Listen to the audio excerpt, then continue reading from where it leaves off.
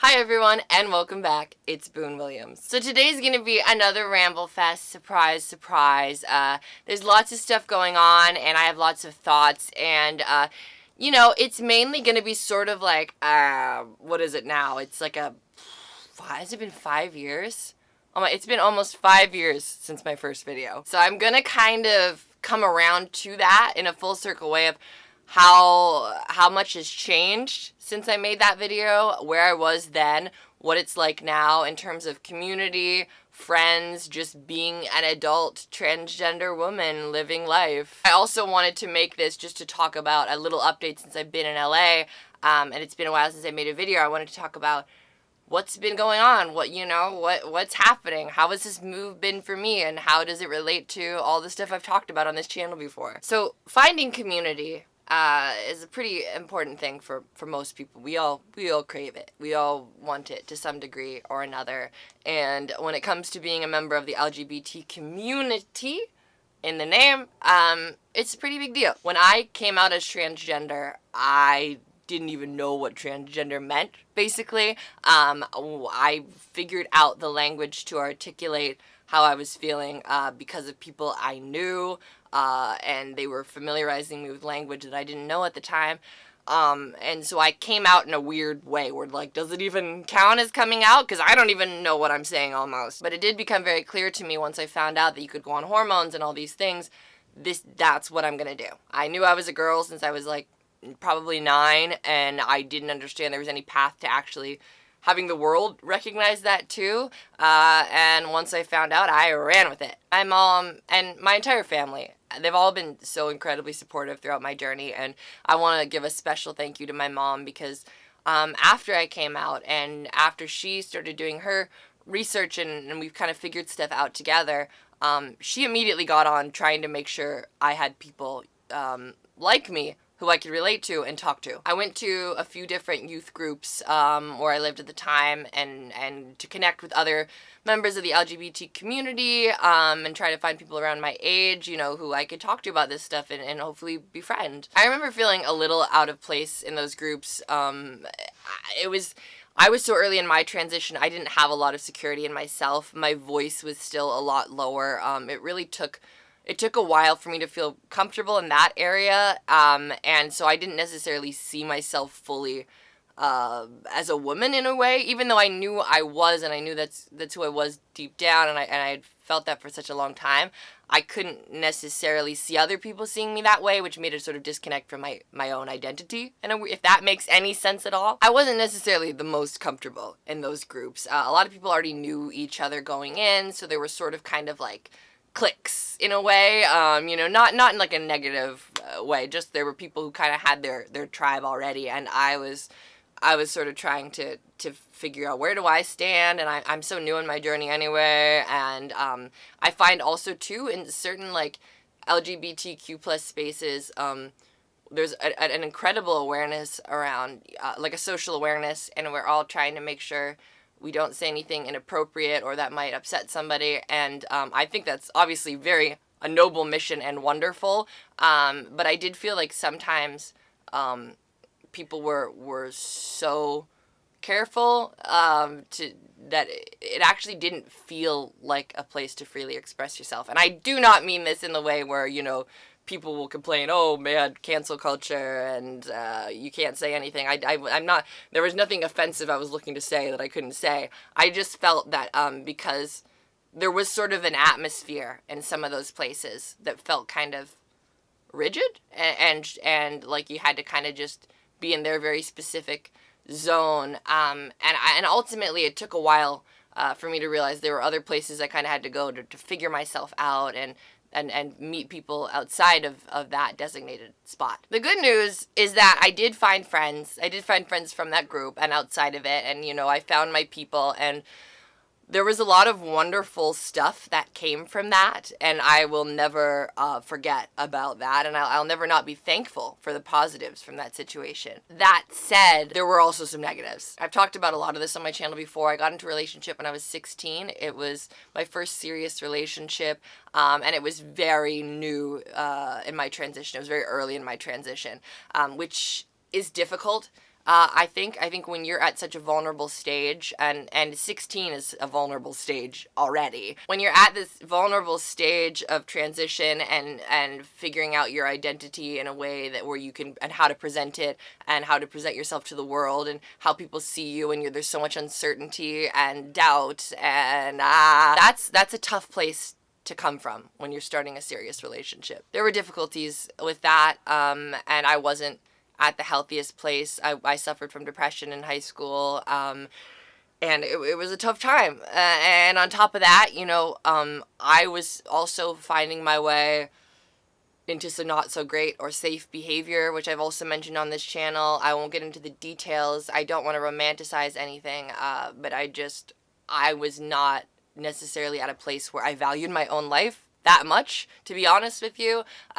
So I was reckless, and the kind of what inspired this video, I think, is that there is sometimes this phenomenon where people, I think especially minorities, can bond over shared trauma. And if it isn't necessarily shared trauma, just bonding over struggles. And bonding over your struggles is important. We want to be able to find people who can relate to the stuff we're going through. Of course, it's so important to have that community. That said, I do feel like sometimes when we make a community that is kind of oriented around a common pain or suffering, it can be easy to sort of lean into that and subconsciously almost grow attached to that suffering. Like, it becomes the staple of what your community's based around and how you met people you're close to, and you become attached to this identity of being miserable. Not in all cases, of course. That's something I've experienced with myself, and I've seen other people go through similar things, and I think specifically with trans people, because we feel and are so ostracized from society at large. When we find our people, we want to kind of stick with it. And I have also seen some people where all of their friends are trans, and there's nothing wrong with that. However, I've kind of been in those groups, and I find that sometimes, without knowing it, you're actually feeding into your own negativity, and sometimes it's important to step out of whatever bubble you're in, and that's not specifically for being LGBTQ or anything like that, but sometimes you do get caught in a mob mentality. And I found that happening to me a little bit. I had wonderful friends, and again, I really can't highlight it enough. I have no problem being in a friend group full of all trans people. It actually felt wonderful at the time, to be everyone I was hanging out with could understand me in some degree. I wasn't the odd one out for once. However, over time, it started to feel a little bit different. I was still struggling with my dysphoria, and being around other people who were struggling with dysphoria wasn't really helping. I love all the friends I made during those times, and I don't really have any regrets about, how things went. I think everything kind of happens for a reason, not to be super cheesy, but at least if you're open, you're open to things going unexpectedly, I just think, we can't waste time being regretful about it. That said, it wasn't the healthiest, and I did get into a lot of negative headspaces, and I feel like I surrounded myself with people who would enable, that's the word I was looking for, enable some unhealthy behavior, and in turn we would do it for each other. I think it's easy to get into this complacent place without realizing it when you're bonding over things that are really challenging, and you can enable each other's self-medication or poor coping mechanisms, whatever it is. And I definitely found that was happening with me. It took a long time, and it took a lot of not fun things happening in my life to realize I needed to make personal changes. And I also want to say, this isn't about the people I was with. It was about me. And I think, it was up to me to realize, okay, some of the environments I'm placing myself in and some of the situations I'm finding myself in are damaging to me mentally. And I need to figure out a way to move away from that. Once I graduated high school, I feel like my life started to really pick up in the way that I wanted to. I did go to university for one semester, which was one of the hardest periods of time in my life.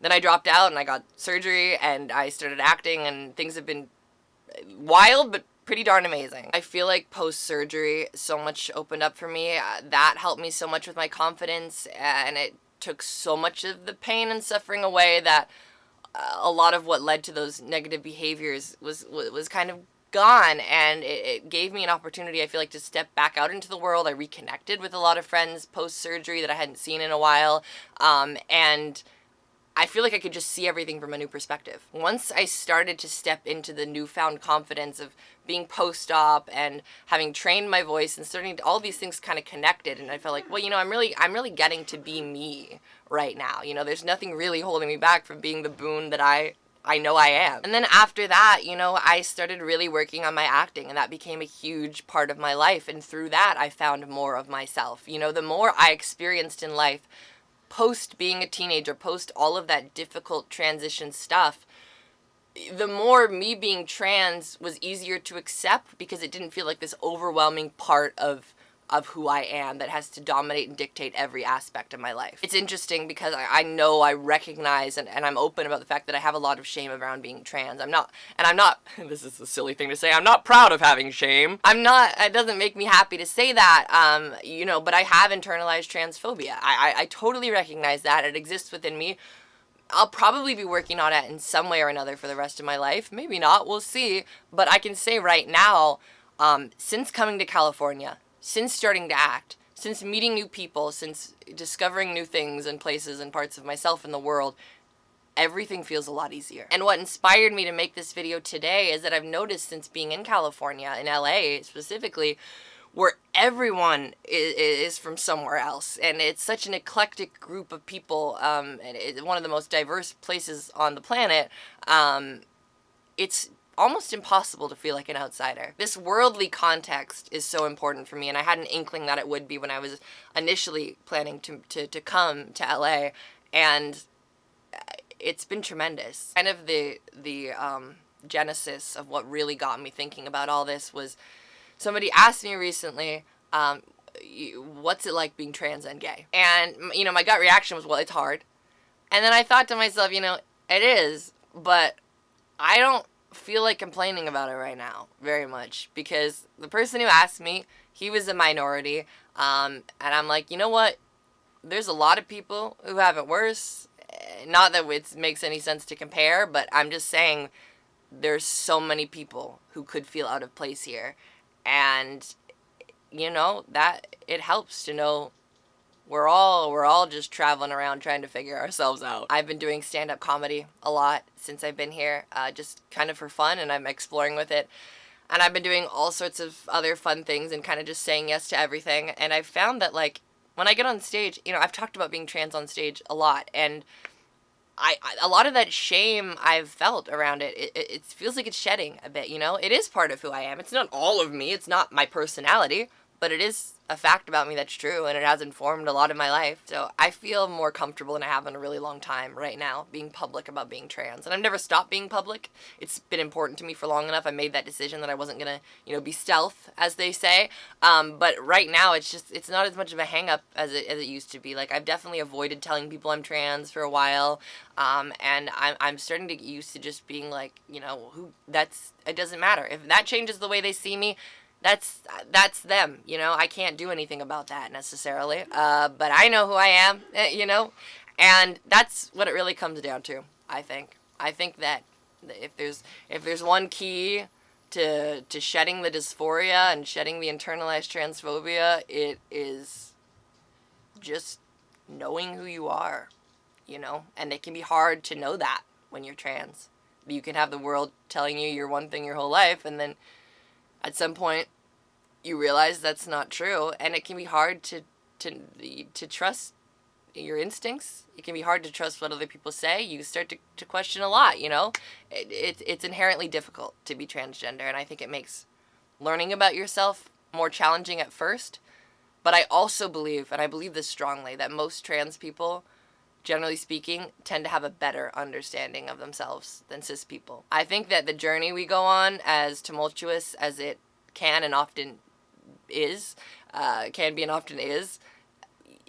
it really does give us a leg up on learning about who we are. And if we're lucky and we really work on it, it can lead to feeling extremely confident in who we are. And I think it can be an incredible blessing and a gift, and can give us insight into other people in the world around us, that that most people might not get. I think that there's a lot to be learned from transitioning. Just as a person who's transitioning, you can learn about yourself, and it can be a good lesson for, I don't know, pretty much anything. I think it's a unique experiences that teaches you a lot. So this has been such a ramble fest. I definitely advertised this right at the start. I'm going to have so many more thoughts once I finish recording. I'm going to be, damn it, but this is what you got for today. Thanks for listening. I love you guys all so much. Thanks for sticking with me for 5 years. Oh my God.